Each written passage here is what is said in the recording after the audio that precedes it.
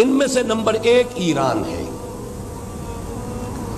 اگر ہم چلتے ہیں عرب سے مشرق کی طرف تو ایران ایک اعتبار سے یہ بازی لے گیا ہے پورے عالم اسلام پر۔ ان کے مذہبی عقائد، ان کی فقہ سے ہمیں جو اختلاف ہے وہ ہے اپنی جگہ پر ہے، آپ کو معلوم ہے۔ میرے بارے میں کسی کو اشتباہ نہیں ہو سکتا اس اعتبار سے۔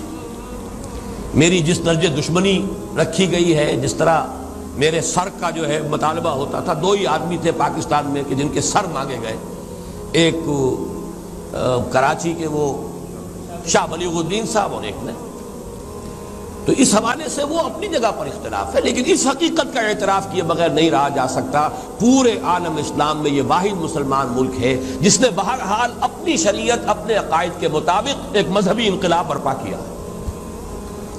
اور پورے عالم اسلام میں مذہبی سطح پر، حکومت کی سطح پر فنڈامنٹلسٹ صرف ایک ملک ہے، یا دوسرا جو ہے تھوڑا سا وہ ہے سوڈان، لیکن اس کی اہمیت اس لیے نہیں کہ وہ کسی عوامی انقلاب سے نہیں بنا، بلکہ وہ تو ایک فوجی انقلاب سے شکل بنی ہے جو بھی بنی ہے۔ اللہ کرے اس میں استقامت ہو، اس سے یقینی کوئی نتیجہ برآمد ہو جائے۔ خبریں بھی اچھی آ رہی ہیں، لیکن میں تو دنیا کا جو پرسپیکٹو ہے اس کے حوالے سے عرض کر رہا ہوں کہ اس پہلو سے ایران ان کا ٹارگٹ ہے، ٹارگٹ نمبر 1 ایک خاص اعتبار سے۔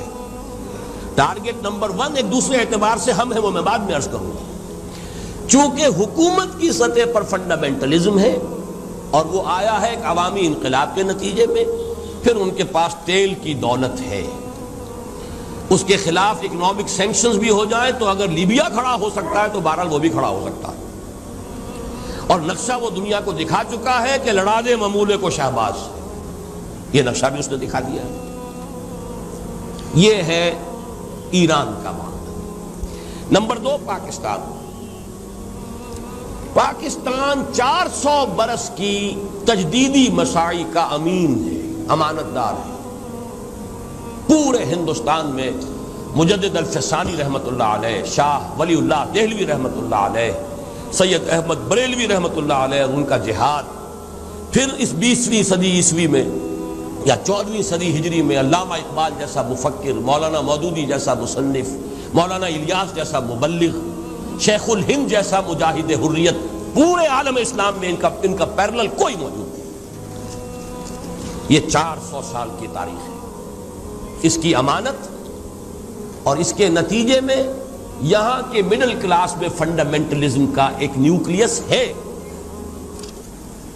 اگرچہ حکومت کی سطح پر کوئی پیش رفت نہیں ہو سکی آج تک، بلکہ اب تو پسپائی ہو رہی ہے، اب پیچھے ہٹ رہے ہیں۔ وہ ہمارے ان سیاسی جو بھی زعماء ہیں، جو جماعتیں ہیں، ان کی غلطی اور الیکشن ہی کو واحد میدان بنا کر اس کے اندر اپنا سارا وقت و توانائی اور قوتیں ضائع کر دینا، یہ ہے در حقیقت جس کا کہ یہ صدا مل رہی ہے کہ اس اعتبار سے تو پسپائی کی طرف ہے معاملہ، کسی پیش رفت کی طرف نہیں ہے۔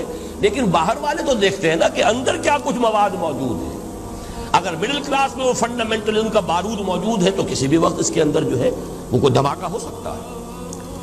دوسری بات جو ان کے لیے ایک اعتبار سے ٹارگٹ نمبر 1 ہمیں بنا رہی ہے، وہ ہمارا ایٹمک نو ہاؤ ہے، پورے عالم اسلام میں اور کسی کے پاس نہیں۔ اسلامی بم اگر بنے گا تو یہی بنے گا۔ یہ ہے مختلف اسباب جس کے بنا پر ایران اور پاکستان کو آپ بریکٹ کر لیجئے، یہ اس نیو ورلڈ آرڈر یا آج کی میری گفتگو کے حوالے سے یہودی اور عیسائی گٹھ جوڑ کا جو ٹارگٹ نمبر 1 ہے، ایک اعتبار سے ایران ہے، ایک اعتبار سے پاکستان۔